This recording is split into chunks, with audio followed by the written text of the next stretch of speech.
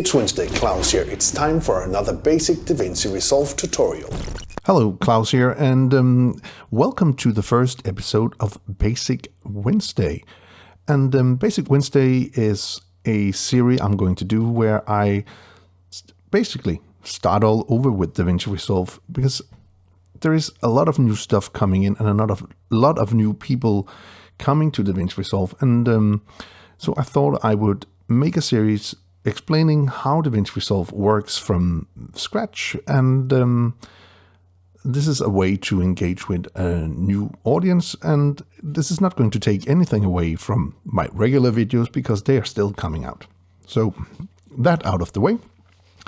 In this video, I'm just going to do a quick overview of Davinci Resolve 17, which of the time of this recording is still in beta and still some bugs in it, but maybe you want to test that out. So let's just run through what Davinci Resolve has to offer. So when you have installed Davinci Resolve, this is the first screen you'll see when you click into the first project. If we look down here, we have the workflow tabs, as I call them, which is the media, the cut page, the edit page, fusion, color, Fairlight, and the delivery page. First off, we have the media page. This is where all of your footage on your computer lives. So if we, let's see, take a clip.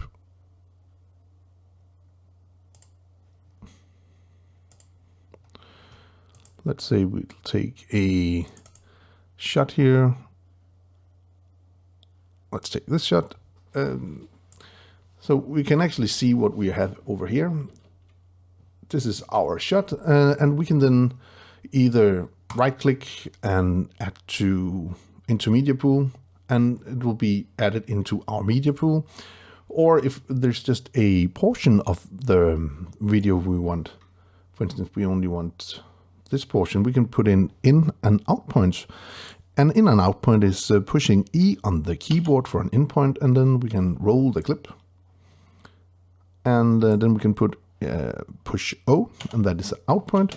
And then we can just drag the clip down to the media pool. This is actually called a sub clip because it's just a portion of the clip and not the entire clip. And let's also just take this clip here. We're going to drag this clip down here as well. So this is how you would add in clips. This has a lot of other functions, but we'll get into that later, I think. Then we have a new thing, at least for Davinci Resolve. I think this was announced in Davinci Resolve 16, the cut page. And what the cut page is basically a place to cut your footage. Again, I'm not going into details in this video, but the cut page is the fastest way to cut your clips together. And also it works a little bit differently. So if I just take my clip here and I push that down here, I now have a timeline and also have a clip in my timeline. And this looks also a little bit different than other timelines. To be totally honest, I'm a little bit old school, like in this way, because I'm so used to using the edit tab, but I really want to become better of using the cut page. So I'll dive into this in other videos coming up very soon. Yeah, basically this is where you can make your rough cuts. Like so now I have kind of a rough cut here.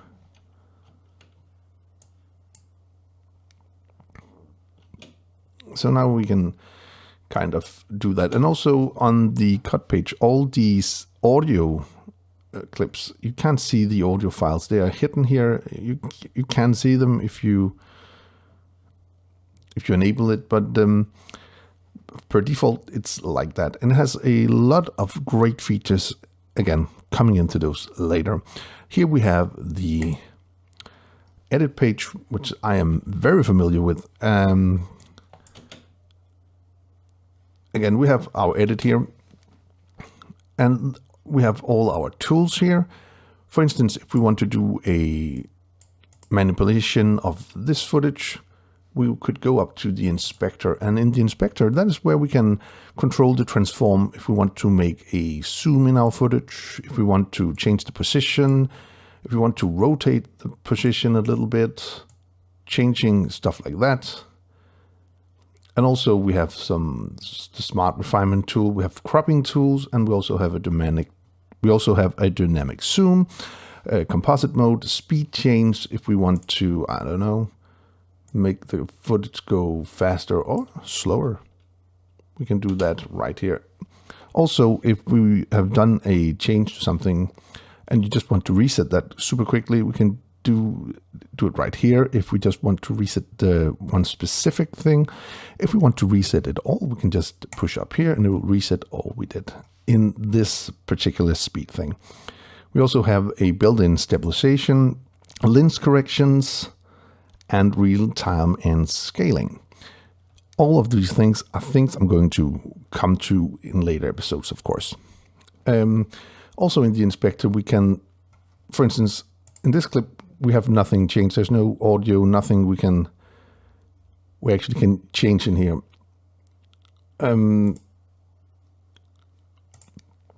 But up here we have like video, audio, effects, if we had any effects on, transitions, and the image, if we were working with that. And also we have a file where we can add in metadata and stuff like that.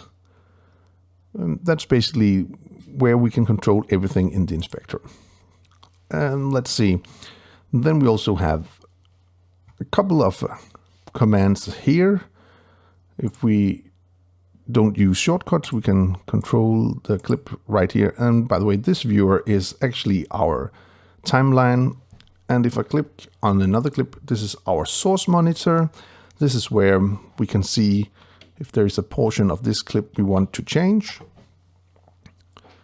And also we have, again, a metadata tab. We have a mixing tab here, so we can turn off our audio, turn it on and off. Up here we have a sound library, and actually Blackmagic 2 provides a free sound library as well. There's more info about that on the Blackmagic website. Then we have a editing index. Here we have a effects library, and in our effects library we have things as video transitions, audio transitions, titles, generators, effects, open effects, filters, audio effects, Fairlight, and VST effects. So stuff like that. Again, we'll go into that later. And then we of course have the media pool here, where we have all our media. We have a power bin, and per default, the smart bin is not enabled, but it's enabled in my projects. Again, I'll talk to you about this in upcoming videos. Then we have this icon, and this is just how we can make the windows bigger or smaller. I like to have it like this, with a big timeline down here. Okay, very quickly about that. Next up we have Fusion. And Fusion is Blackmagic's answer to Adobe's After Effects. It just works in a way different way. It does work with nodes and not in layers. So for instance, if you wanted to add in some text, you would add in a text layer, and to be able to see this text layer, you would actually need to use a merge node, which is right here. And so if we add in the text here by dragging this line here and just letting go, we're going to add in a text.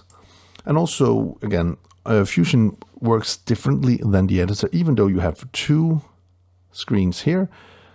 If you see here, you can actually see there's two dots. So if you push one, you are going to see the text here, and what you see here is our output. So this is our final. So now I had this text layer. I'll just write fun, and now we have a text in our composition, and then we could change that up over here again in the inspector.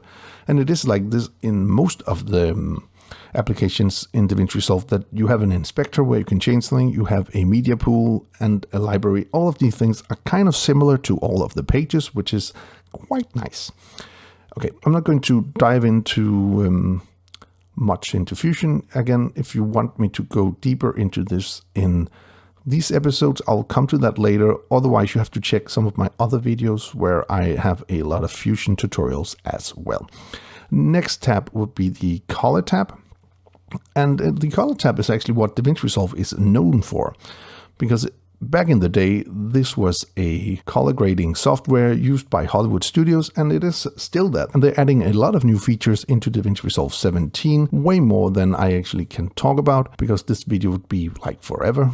But basically, we have our different things. We have camera raw settings. We can work with color matching. We have color wheels, HDR, and color mixing. It is filled with things. So you could, for instance, if we go down here on our color wheels, we could look at our scopes we have over here. I have this on parade. We can change to parade, waveform, vector form, histogram, and whatnot. And then we could do a correction to our grade here, pushing up the gamma, giving it some saturation, some contrast, and let's change around the temperature, playing with the tint, and let's give it a bit of color boost, something super quick. And then we can actually just look at our scopes and have a look at how that looks. We can again click this icon up here, taking off all of the grades so we can see the before and after pretty fast. Then we also have a lot of palettes to work with. We have curves, we have color warper, a new tool, we have a qualifier, we can do masks and stuff like that, tracking, and also the magic mask, which is a studio version only thing, but again, I'm not going to talk about that right now. We can do blur. Again, we can do so much in this tab. Also, like in all of the other things, we have something similar to the inspector up here, where we have our library, and we can click here to turn that on and off. Also, the color grading is done in notes, and this is a note. If I want to add another note, I'm just going to push Alt-S on my keyboard, and I'll have a new note here where I can do new corrections. And again, in the color tab, we can do things like green screening and stuff like that as well. Again, it will take me forever to talk you through what this tab actually can do, but we'll get to that along the way. The next tab would be Fairlight, and this is the audio portion of Davinci Resolve. Again, not going to go through what it is, but this is where you can actually do all of your sound mixing by adding EQs and dynamics and filters and stuff like that. Sound editing is a science in its own, like color grading is, so we're not going to do too much about that right now, but you can do, again, so much in this Fairlight page. The last page we have here is, of course, our delivery tab, and we have some settings over here. If we are doing stuff for YouTube, for instance, we can easily just click this, change the name here, browse to the location, and then change the settings here for what resolution and things we are working with.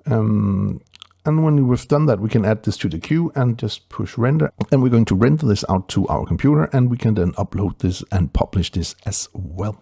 So this was just a quick overview of Davinci Resolve 17.